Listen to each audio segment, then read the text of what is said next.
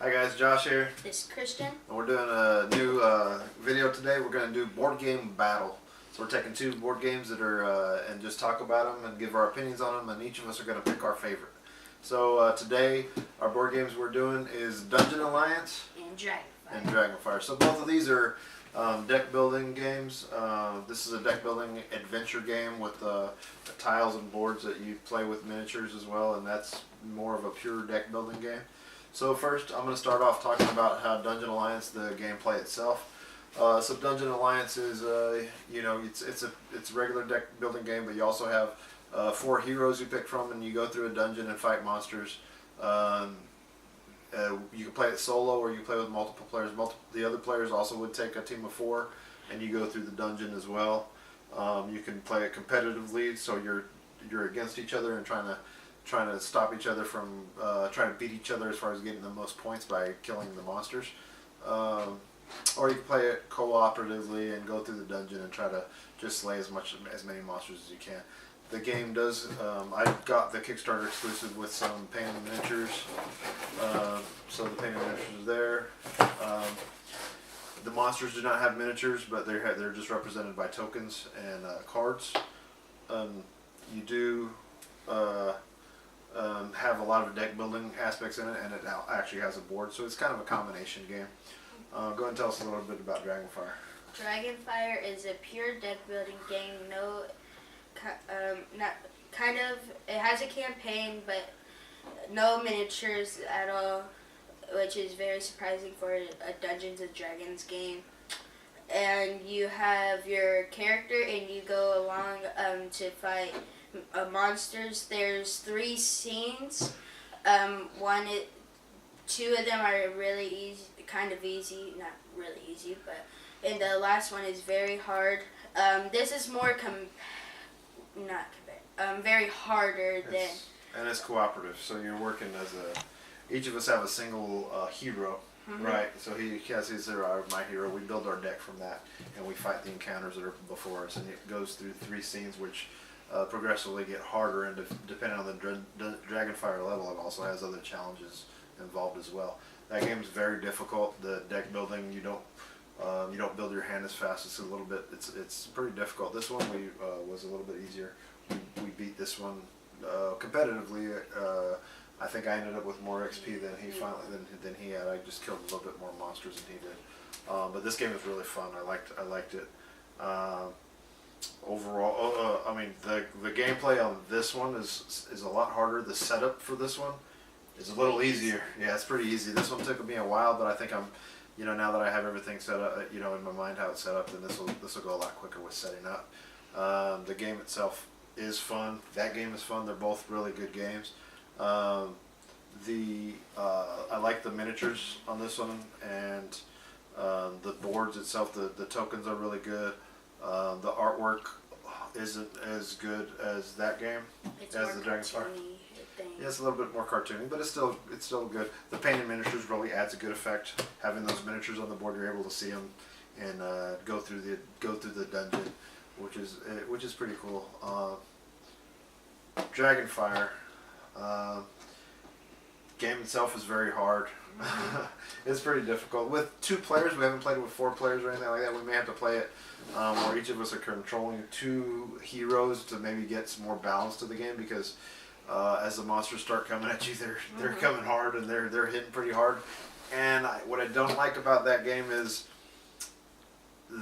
your hand never seems to fully replenish. You don't seem to have enough to get going to do anything with the cards, right? I mean, it takes you a while, and it's like some turns you can't do anything because the monsters are too powerful, and if you end up with 2 cards in your hand, then you're not dealing any damage to any monsters, so you can take damage, and your health seems to go pretty fast. Go ahead. I have a flaw with this game. After you win a game, you get to trade a card, and cards. You get to upgrade magic items. Yes, but some of them it's only once per game and it's done. I wish it was still there every single time.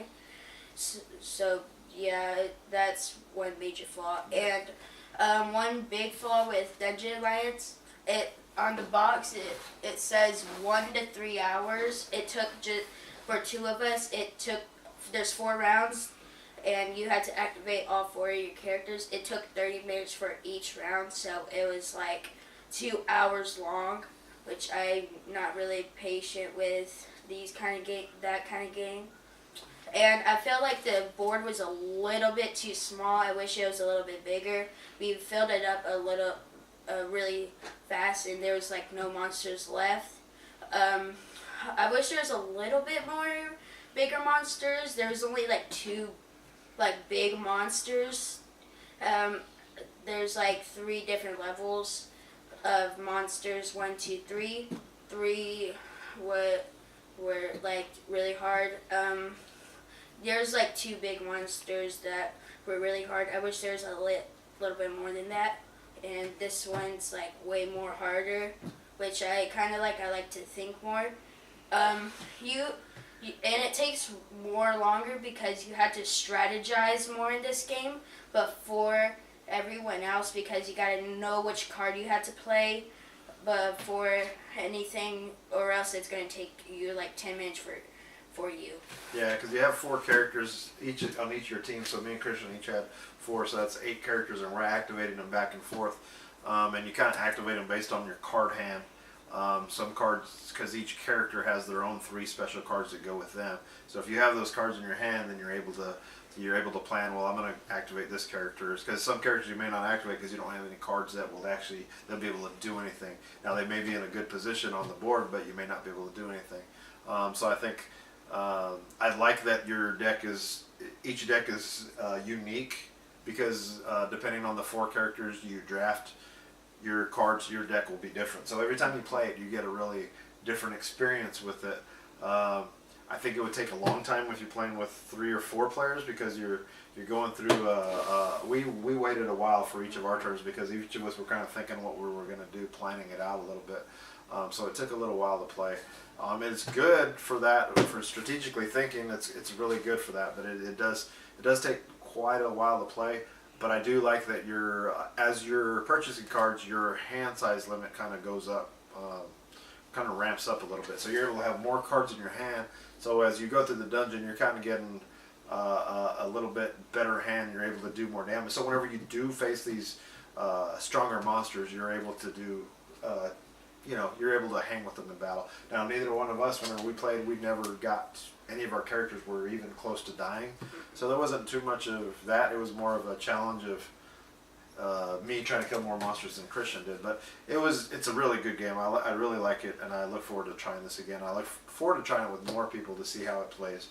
As far as Dragonfire goes, it's the one thing I can say for it is it's very difficult. It is. The difficulty on that, especially as you're going through the scenes, it ramps up pretty quick.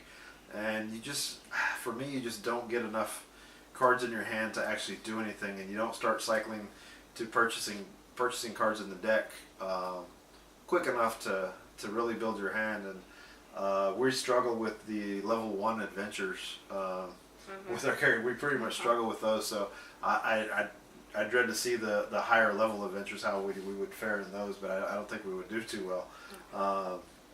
But I mean, maybe it evens out as you get higher, or if you're playing with 4 people, maybe it gets a little better. But it's a pretty difficult game. So let's talk about the components of the game. What do you think about like how everything looked in Dragonfire, and how the cards and the miniatures look to you? I've already said the cards are cartoony a little bit. You can see on the cover of the game, it looks like it's kind of cartoony a little bit, but not too much cartoony. I wish it was kind of like this kind of, instead of really cartoony. And the miniatures made it a lot more fun, but I wish there was a little bit evil, more monsters as miniatures, but it would make the game more, it would make it more expensive than it has to be. The storage of the box is not, or it's good, but it's not really good. It comes with bags, which is good. It has a lot of tokens in it. Definitely a lot of tokens. Dragonfire is very neat. It has places where each thing, or each token, the artwork is very, very neat because it's Dungeons of Dragons. Like, almost every art is very good. So the card quality. What do you think about the card quality? This one was really good. It was pretty thick cards. Pretty nice. These were okay. Those are okay. They're taking a little bit of damage, and we've only played it a few times. So my thoughts on the components on this: I don't mind the artwork, but definitely say that Dragonfire has the better artwork.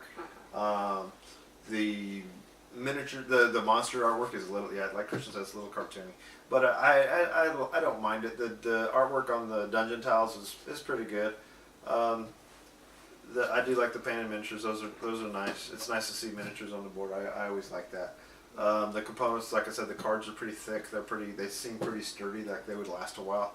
I still may sleeve these. I probably will sleeve these if we're gonna, so they don't take as much damage. These are already taking damage. I need to sleeve the Dragonfire set because those are you're gonna see the little nicks on the corners. But the Dragonfire game itself, the storage, Christian, is correct. I mean, I could open the box and pull everything out I need, get set up in the snap. The storage that came with it, I didn't like it. I ripped that out and I kind of just lay everything in there. It came with a lot of baggies for all the tokens because there's a ton of tokens. But I think, the storage solution could be a little bit better, which, eventually maybe Broken Token will make a wooden storage unit for that. Dragonfire is good as it is. I don't know if I sleeve the cards, if the cards will still fit in there. It looks like there's room for them, but I think there is. We'll see about that. Overall, I mean, both games are really good. I like playing both of them. I really like playing both of them because I like fighting monsters and deck building and fighting monsters, and that's pretty good. So we're gonna. Do you have anything else to say about them? Nothing really. No. Okay, so we're gonna go ahead and each of us are gonna pick a game. We may pick the same game. We don't know if we'll pick the same game or if we'll pick different games. But I think I'm not saying one game's bad, or it's just my preference, our preference for what we would play. And I pick Dungeon Alliance. I pick Dragonfire. So two opposite opinions, two different opinions. I know why Christian doesn't like this because this game plays a little bit long for him. He doesn't like sitting in really long games, and this is really strategic and it takes a while to play. This is quick and simple. This is pretty quick. You get through an adventure real quick, and if you fail an adventure, you can quickly turn around, set it up again, and try the adventure again. That's the thing that I don't like is that it's very frustrating because your win ratio is very low. You don't win a lot. You don't win hardly any. Unless it's just because there's only two people, you don't get that much assist. With just two. Yeah, because you do have assist cards you get assist, but with only two players, you're not assisting too much. So we may think about playing with two players, but each of us controlling two heroes with two separate decks. It'll be a little bit, more, having to keep track of stuff. But I think 4 players is probably the way to go with that one. This one, 4 players. You have 4 players. It's going to be a long game. I think it's going to be a very long game. So. I mean, depending on your style, what you like. I mean, I personally like Dungeon Alliance, but I also like this because I can play it solo. I played it solo the first time I got it. I opened it up, tried it, played it solo, ran through the dungeons, and it's pretty fun, and it gets you thinking on how to do stuff. And with solo, it gives you a deck of cards to tell you what the monsters do. If you're playing competitively, then the other players get to control what the monsters do and attack you. So Dragonfire, you can also play that solo, but you would have to control.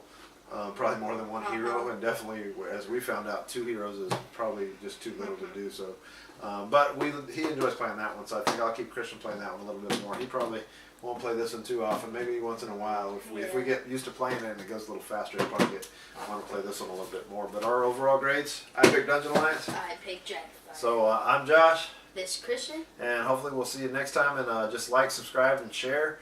And just make sure you look out for new videos. And if you guys like this video, we'll be maybe comparing some other board games and picking our winners with those too. So thank you. We'll see you later. Bye. Bye.